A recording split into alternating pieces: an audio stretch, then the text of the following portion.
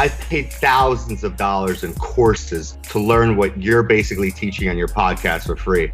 What you're putting out there is so valuable. So, I just really want to acknowledge you, and I definitely send everyone to your podcast.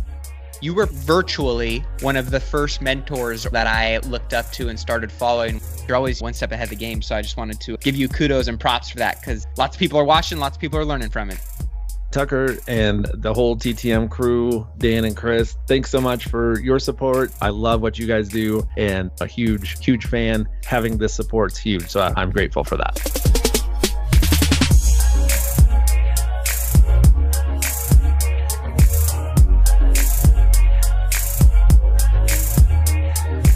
What's up, everybody out there in listener land? This is episode 259 of the Real Dealz podcast. And as always, I am your host, Tucker Merrihew. I want to thank you guys for joining me for a solo show. Just you, me, the microphone, and cruising in my new Toyota Tacoma. Picked one up this past weekend. Toyota had some pretty good leases, and I'm a big fan of leasing cars these days. I get to hand them back when I'm done with them, and this Toyota lease was a smoking deal too, with I think it was like $399 a month, and I got a tricked out brand new Tacoma, and pretty much no money down. It's got all the bells and whistles and TRD stuff, and it's pretty cool. And I get to pay it through the business, so I'm paying it with pre-tax dollars, which basically means it's not $399 a month. It's like being $199 a month with post-tax dollars. So pretty cool deal. But anyway, point is, I'm going to be cruising to some job sites. Figured I'd record this week's show because I wanted to do one that's just you, me, and the microphone. Before we get into that and what this week is going to be, hopefully you guys checked out last week's show. I've had a string of great interviews. I will say this, though. We had some of you guys reach out to us, and last week's show was a little edgy, we'll call it, in certain parts of the conversation. And, I knew that going in that, Brian's a little bit of an edgy guy, right? I understood everything that he was saying, and he had some great information real estate-wise, but he had some comments that ruffled some feathers out there in listener land, mainly about females, and I understand where you guys are coming from. That's the first thing that I wanted to say. Number two is, though, I wanted to maybe better articulate what his point was, and that way, hopefully, what he was trying to say doesn't get lost in the way that he said it. And he had made a comment about a coworker of his that said that he only dated 10s. And because of that, it kind of rubbed off on him, and now he kind of adopted that same mindset. And the point that he was trying to make, and that also that mindset translates to other parts of life, right? And so the point that he was trying to make is that a lot of dudes, guys, us, men, were very, or can be, we'll say, very intimidated by attractive women. And so a lot of guys don't even approach attractive women because they just think there's no way in hell that they'd ever date them. And so they just settle for less in life. That's kind of the point that he was making, not only with women and or significant others, whatever they are, whoever they are, but also in terms of business and accomplishments and things like that. And so the overarching theme that he was trying to say was that you shouldn't settle in life in any regard. And now, obviously, somebody being a 10, there's multiple scales, right? There's external, there's internal, there's brains. All these things factor in my opinion, and I'm sure in his as well. But we didn't dive into too much of that. So I wanted to kind of explain why I didn't have Dan take that out, because I knew what he was saying. It just might have come across as a little bit more chauvinistic than some of you may have liked. But at the end of the day, Brian's a good guy. He's a really smart dude, and he didn't have any bad intentions in what he was saying. He just, he's a little brash, and this is the Real Dealz podcast. So I try not to filter people, ideas, things, because I don't want watered down vanilla. If I give you watered down vanilla, nobody's entertained, and if nobody's entertained, nobody listens. And at the risk of trying to entertain you constantly, sometimes you can push beyond the threshold of vanilla and you get into some crazy flavors, and that was a little bit of last week. So I just wanted to mention that, but we'll leave it at that. Now, this week's show, I'm going to talk about something that's pretty relevant to what's going on. I've had some coaching calls this week. Some were, people were having some great successes. Other ones, people were having some big challenges.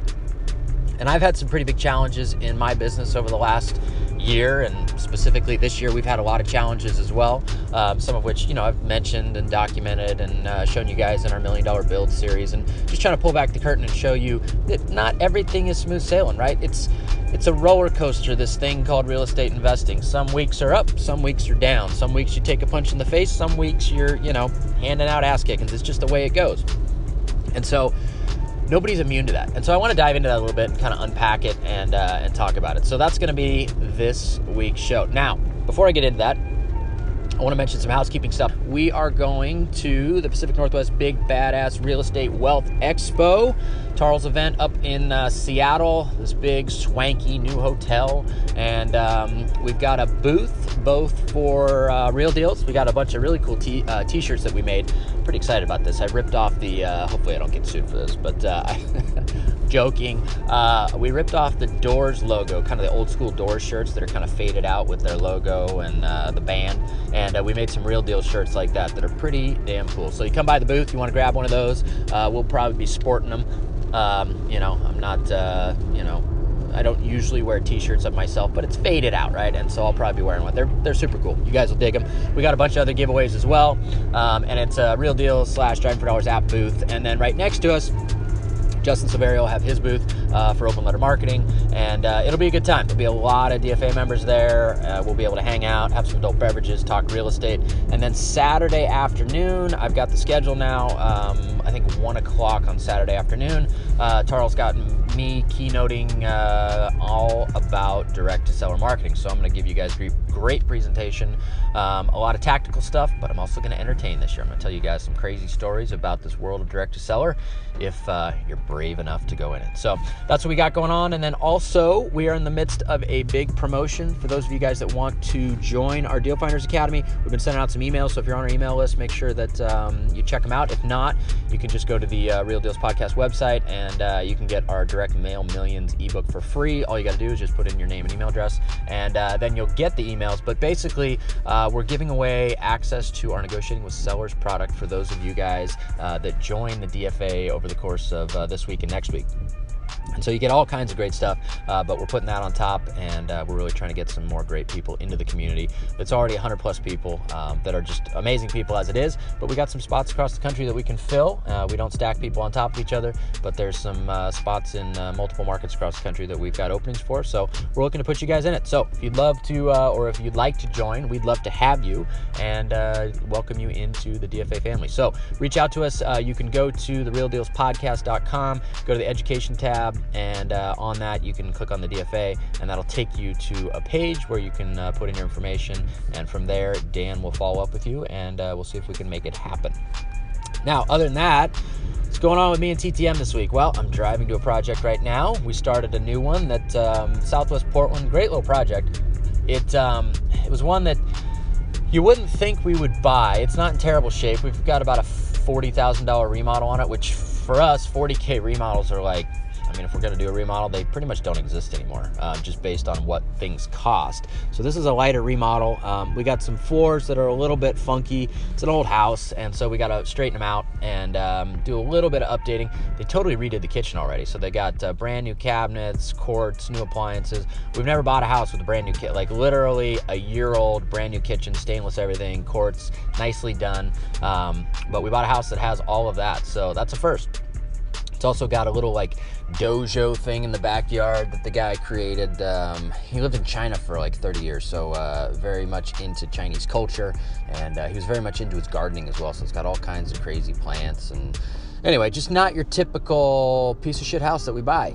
It's got some wonky-tonky floors, but other than that, it's not really that bad. Oh, and Sears made their way through the neighborhood back in the 80s and got them to side it with some aluminum siding, some weird aluminum/vinyl product. But anyway, we're going to rip that off. We're going to re-side it, fix the floors, and pretty this thing up and get it on the market. And it should be a great little margin for us. But the reason why we bought it is because it was really the epitome of what I talk about all the time, where people trade equity for ease of transaction. And so in this case, they were trying to get a loan to buy a new house in the Lake Oswego area. So they were kind of move-up buyers, we'll call them. And the gentleman was underemployed, but he had a decent amount of assets. And his wife was self-employed. And so they were going to try and get a loan to basically buy the new place and then eventually kind of fluff and buff the old place and sell it for more money, but the loan wasn't working out because they couldn't document enough income. And so basically they called us in at the 11th hour and said, look, we know, we're selling it under market by a fair bit, but the reason that we're going to do this is because we need the cash out of this to pay for the new house. And so essentially what they did is they traded equity for ease of transaction and speed. And I guess in its simplest terms, that's what we do in this business, with people that aren't heavily distressed on a personal level. They weren't distressed necessarily. I mean, the distress was the fact that they needed the cash.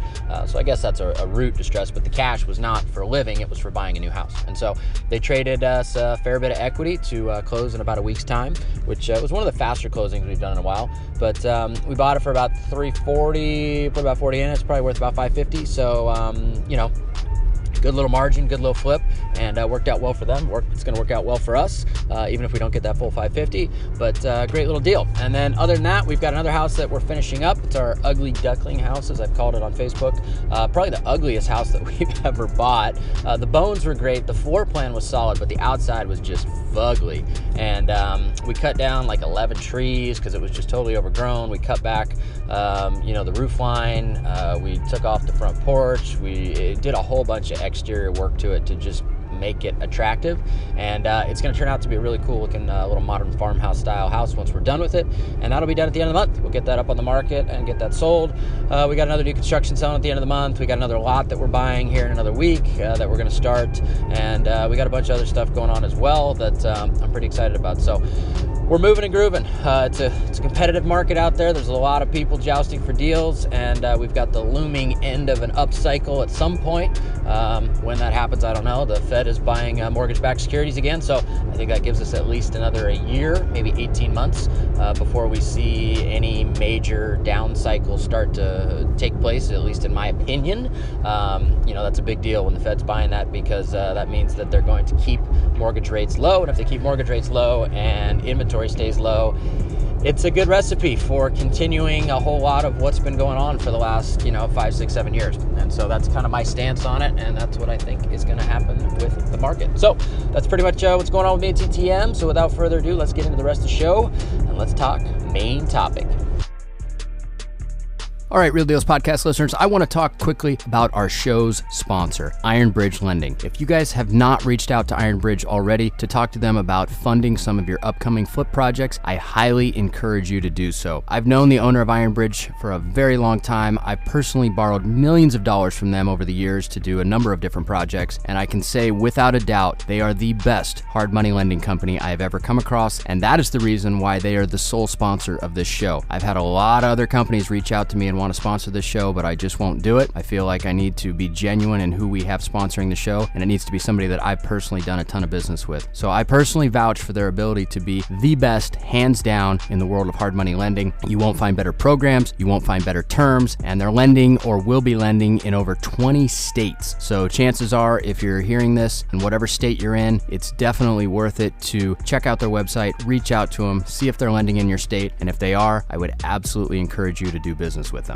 Another very cool thing to note is that they have a program for most rehabs where you can actually borrow up to 90% of the purchase price. Now, this is given the fact that you are actually buying a deal, which if you're listening to the show, that means you probably are. But if you have an actual deal on the table, they'll fund up to 90% of your purchase price, and they'll even give you rehab funds on top of that, which means that it only takes 10% down to get into a project, which is unbelievable in the hard money world. So do yourself a favor, reach out to Iron Bridge Lending, have a conversation with them, see if they're a good fit for you and for your next project. I can guarantee you that you'll be happy that you did.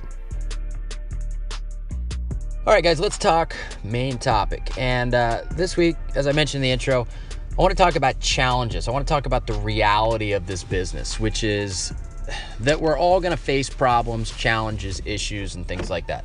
I think a lot of times, if you listen to the rah-rah podcasts and everybody puts on a real good face and they just kind of talk about all the success that they're having. But if you listen close, even some of the gurus out there, when they talk about how they're restructuring their businesses or they're changing the way that they do this, changing the way that they do that, AKA that means shit's messed up. It's not working right. They're having a tough time with certain things. And so that happens to all of us. And some people are just more forthright about talking about it. Other people try and, hide it a little bit and pretend like they got everything figured out. But the reality is that none of us have it all figured out. We all have issues and challenges and things where it basically costs us money. I mean, at the end of the day, that's what it is. You make some mistakes and it costs you money. And so this week I had some coaching calls.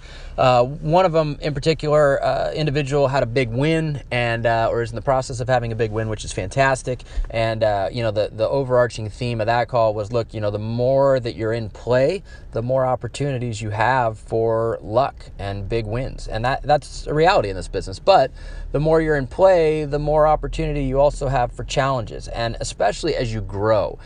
And so we were talking on another coaching call where basically, an individual had a number of different challenges, and I don't want to go into who it was and what the challenges were, but the reality is that it really made me think that, and I've said this before, but it's the challenges in this business, it's the problems in this business where you learn the most. That is where you become a better investor, because you will never make those mistakes again. When you're winning and things are going easy, you don't really learn a lot from winning. You just don't, because it goes easy, you make the money, and it's a win. It's the mistakes. It's the ones that sting a little bit that really get you. And, I'll air out some of my mistakes, but we were talking on the coaching call and I was mentioning, last year I had a mistake that probably cost me $20,000, and it was a stupid mistake that we made internally. It wasn't intentional and it wasn't totally our fault, but it happened nonetheless. And so because of that, we're very much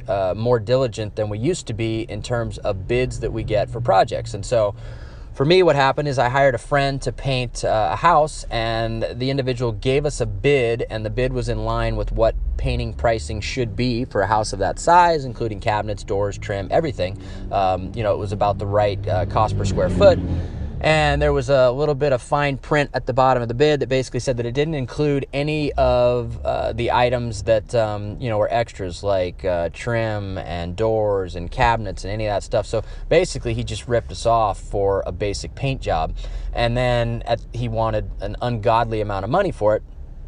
And at the end of the day, because he was a friend, I ended up settling in the middle of, what he wanted and what I was willing to pay. He basically wanted twice market almost, and we ended up at 1.5 times market just to make it go away, because I didn't want to create an ongoing World War III epidemic, and I didn't want him leaning the property. And we run in some of the same circles, and so I just decided to just pay the tax and let it kind of move on, so it didn't continue to haunt my life, because he could have, potentially liened the property. And in this state, contractors can lien your property without any real good cause, and then you've got to go through mediation, and you got to do all these things. So it basically cost me $25,000 more on just a paint job than it should have. And I can tell you what, I definitely look at all of our bids, even the fine print from everybody, friend or foe, at this point, to make sure that we're not missing something, or that they are giving us a vague bid so that they can then gouge us in the end. And, we learned a lot from that. I've had other challenges this year where, we bought a property that backed up to a church. And, a church isn't a terrible thing to have behind you, as long as, the congregation parks on another street, and it's not, on Sundays, it doesn't fill up your street necessarily. That can affect your pricing a little bit. But the church has owned this building for, 5 decades, and maybe even more. And over the course of time that we bought this house, they decided to sell that building and turn it into apartments. And so that's a big challenge. And so it affected our pricing by probably $70,000, $80,000 on the exit of that property. And so you can bet your ass that nowadays, when I look at property that backs up to commercial, I find out, okay, does the commercial have tenants in it? What kind of leases are there? Do they have any plans of selling? I do a lot more investigatory work on that. We also bought a property that, had some additional fee stuff attached to it from the city due to sidewalk fees and things like that I didn't think that it would have to the extent that it did. And so now I do a hell of a lot more research on the properties to make sure that we're not going to walk into an extra $30,000 bill if we decide to redevelop the property. So there's all these things that we do that we do them much more diligently because of our mistakes. So the point that I'm trying to make here is that if you're having a rough week, you're having a lot of mistakes and challenges, basically challenges that stem from maybe mistakes that you made in your processes or systems, whether it be underwriting, funding, partnerships, whatever it is, it's hard to in the moment, but you really got to take a step back and say, okay, where did I screw up? And where can I learn from this moving forward so that it doesn't happen again? And those are the things that really make you a better investor. And those are the things that we went through on that coaching call. We were like, okay, here was mistake number 1. Here was mistake number 2. You definitely don't do this moving forward. And the individual is going to be a much better investor because of it. And I'm going to be a much better investor moving forward. And I am because of the mistakes that I've made, and I've then chose to learn from those mistakes. So the weeks where you're kind of in a rapid descend, we'll call it, where your stomach's kind of in your throat and you just feel like you're taking a beating, it's hard to in the moment, but maybe that next week after you kind of get your feet under you, step back, reflect, and really say, okay, where did I screw up and where can I improve it so that it doesn't happen again? And that makes you a better investor. That is where you become a master of your craft. It's hard to be a master out of the gate. All of us are going to make mistakes. But over time, you make those mistakes. The smart guys learn from the mistakes. The dumb guys don't. So be a smart guy, right?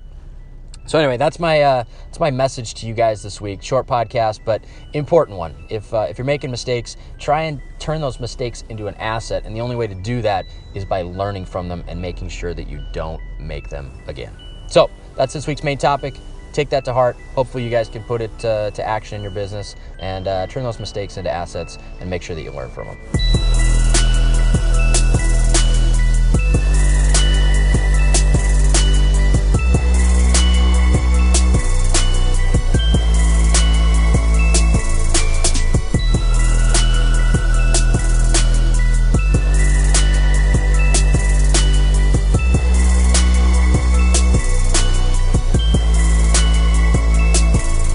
All right, guys, that was episode 259 of the Real Dealz podcast. I'm going to put a bookend on this one and wrap it up. But before I go, just want to say one more time for any of you guys that are going to be joining us at the Pacific Northwest Big Badass Real Estate Wealth Expo here in a couple of weeks. We look forward to seeing you, so make sure you come by the booth. We got a bunch of t-shirts, we got a bunch of giveaways, and myself and Dan will be there. Justin Silverio will be in the booth next to us. So it'll be a party. We'll be hanging out, and we'll be talking real estate, and I'll be giving a keynote on Saturday. But we also have a small gathering workshop on Thursday. Justin Silverio and I both do all about direct seller marketing, so we'll give kind of a little sneak peek of what my keynote will be on Saturday there. But it'll be a little more intimate environment, so you can talk to us about tactical stuff, and it'll just be kind of a more one-on-one type environment. So I hope to see you guys there. I hope to see you at the event, and hopefully we can hang out. So that wraps up this week's episode. I'll see you all on next week's show.